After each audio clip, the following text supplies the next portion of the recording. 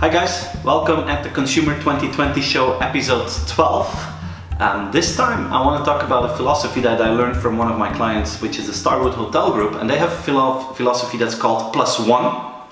And the second thing I want to talk about is customer service via WhatsApp. Welcome in this show.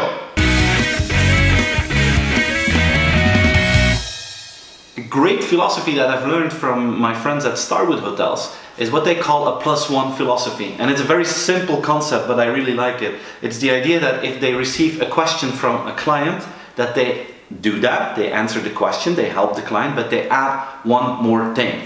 And it's not something big, but it's something small. When someone is asking for a city map, for instance, they give the city map, but they add a voucher for a free drink in a hotel. When someone is asking for a coffee, they add a little piece of cake. And it's the philosophy that all their employees in a certain hotel have, is when someone asks something, we're not just going to do it, but we're going to +1 it.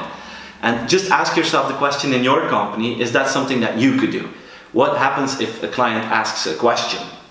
Hopefully you will answer it in a good way, but what could be the +1 in your organization? It's wonderful to have a brainstorm about the +1 philosophy. It's something very small, something very fun to do, so I would highly recommend everyone to think about this +1 philosophy.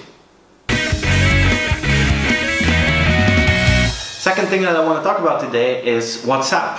WhatsApp is really popular, everyone knows that. And I would like to zoom in on Holland for a second, because in Holland, the first bank that started to work with WhatsApp as a customer service tool is the SNS Bank. And I think it's a smart thing to do, because in Holland you have more than 9 million WhatsApp users out of 15 million people living in Holland, which is more than Facebook users. And if you look at the potential and the easiness that you have to reach out to people there, I think it would be a missed opportunity not to look into WhatsApp as a customer service tool. As we used to have Twitter and Facebook, I think the next step is to add all those instant messaging platforms. And what I've learned and read about this is that the Net Promoter Score of people that get helped in WhatsApp, it's huge. It's better than on Twitter, it's better than on Facebook, it's better than through the phone.